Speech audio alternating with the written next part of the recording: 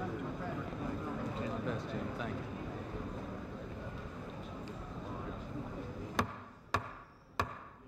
Thank you. The senator from Illinois. Thank you, Mr. President. I think we still do not have order here. The Senate will be in order. Mr. President, I want to thank several people, and then I would like just to take a couple of minutes for a brief comment on what has just taken place. I want to thank Senator Hatch, who has been great to work with, who has been a real leader on this. Senator Craig came over from the House and was like a breath of fresh air working on all of this. Senator Thurmond, through the years, provided leadership. On our side, Senator Heflin was very helpful. I have to acknowledge a former senator who helped prior to this time, Senator DeConcini. My colleague from Illinois, Senator Carol Moseley Braun, has been superb.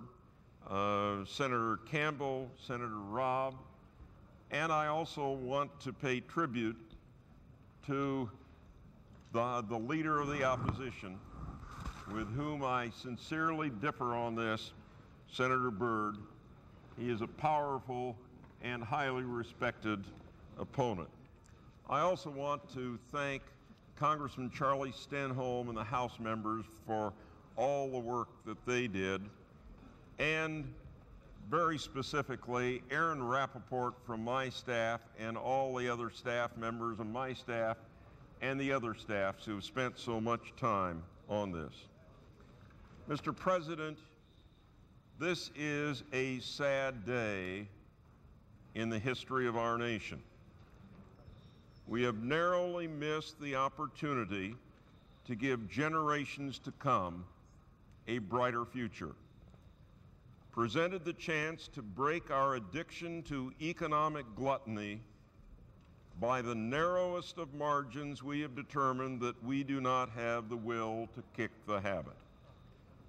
Like a pregnant woman whose child-to-be will suffer from a cocaine addiction, we cannot summon the will to break our debt addiction, even though we know it will harm our children.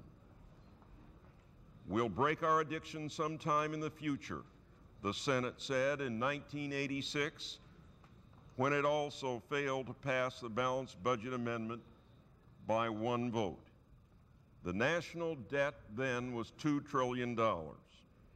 We can solve our problem without a constitutional amendment, voices on the Senate floor urged then. And of course, we have not. Now the debt is $4.8 trillion instead of $2 trillion, and the attractive siren song of the opposition is the same. It would have been easier to break the habit in 1986 than in 1995. And it is easier in 1995 than it will be in 1999. Each year, the grip of the addiction grows.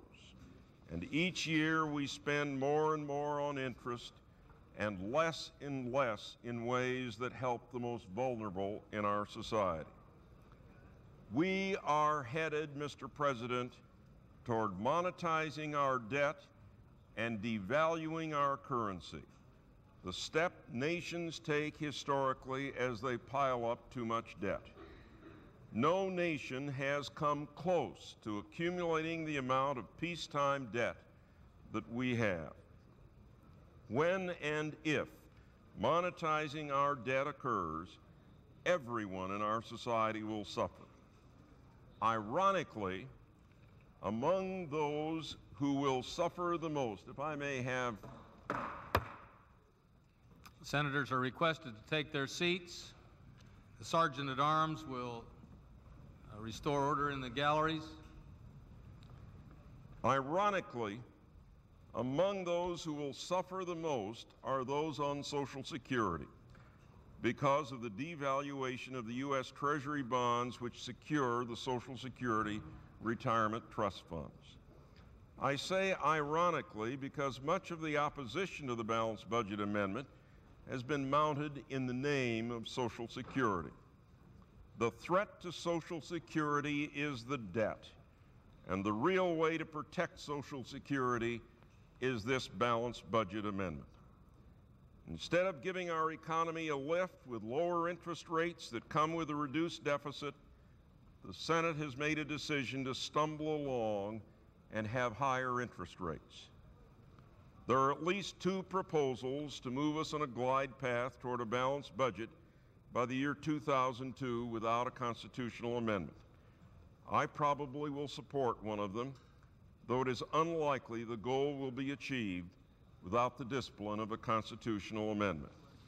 But even if the goal is achieved, because there is not the long-term assurance to the financial markets that a constitutional amendment offers, interest rates will not be reduced as much.